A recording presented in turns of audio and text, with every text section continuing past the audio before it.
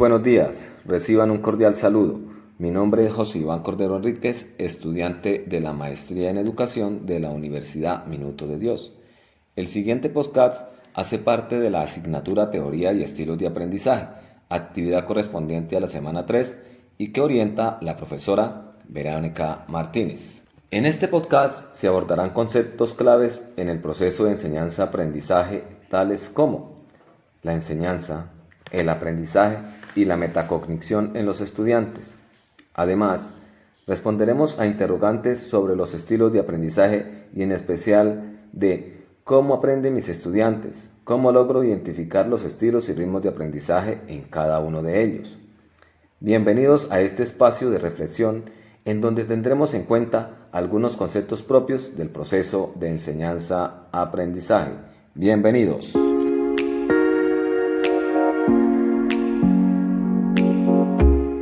Conociendo ya la temática, ahora entraremos en materia.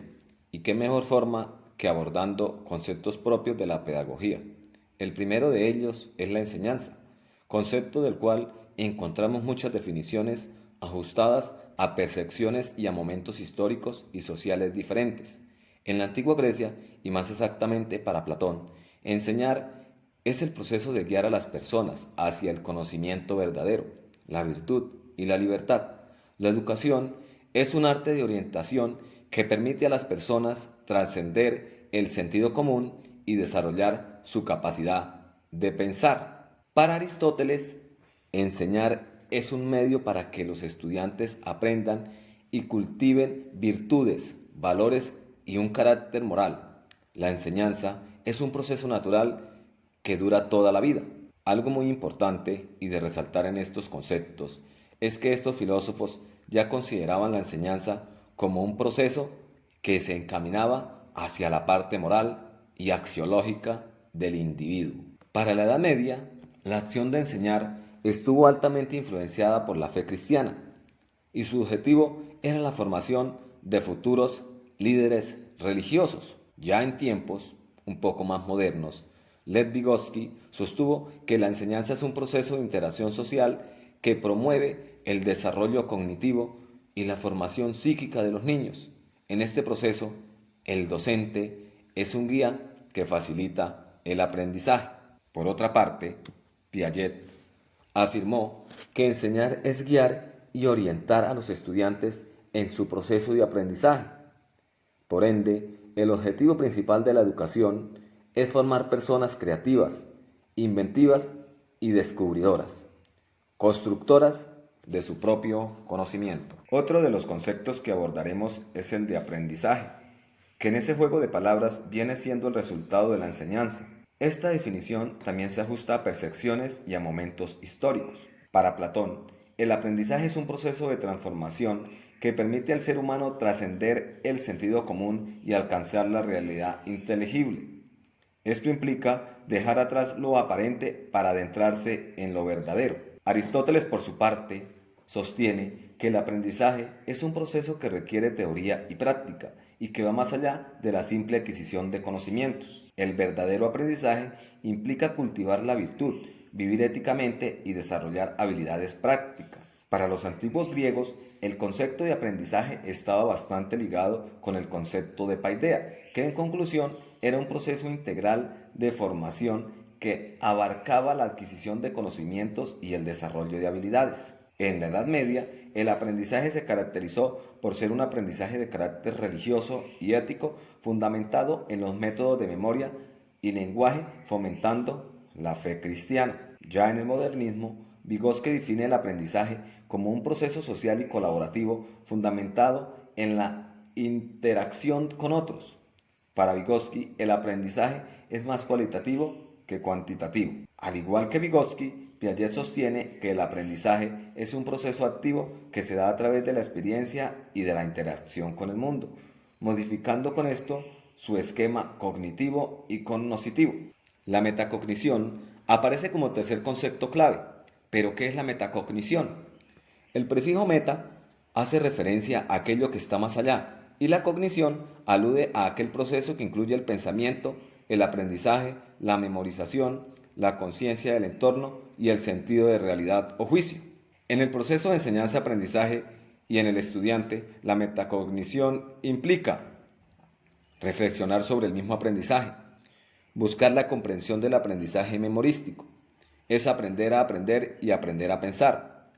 Ser consciente de los propios procesos de aprendizaje implica conocer tus puntos fuertes y débiles. La metacognición implica reflexión, autoconocimiento, autorregulación y autoevaluación. Veamos ahora algunas ventajas de la metacognición. Ayuda a los alumnos a ser autónomos en su aprendizaje y a mantener una actitud crítica sobre la información, sobre el conocimiento y sobre sus propias estrategias de aprendizaje.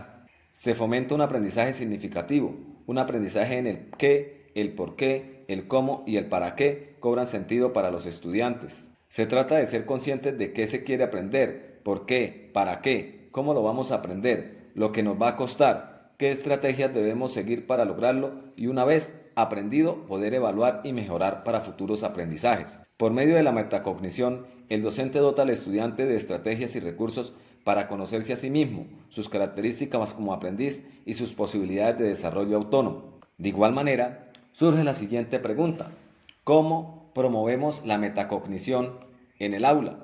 Algunas actividades y propuestas que fomentan la reflexión sobre el aprendizaje necesarias para el desarrollo metacognitivo son el empleo de metodologías y técnicas de aprendizaje activo, aprendizaje basado en proyectos, aprendizaje basado en problemas, aprendizaje cooperativo, aprendizaje basado en retos.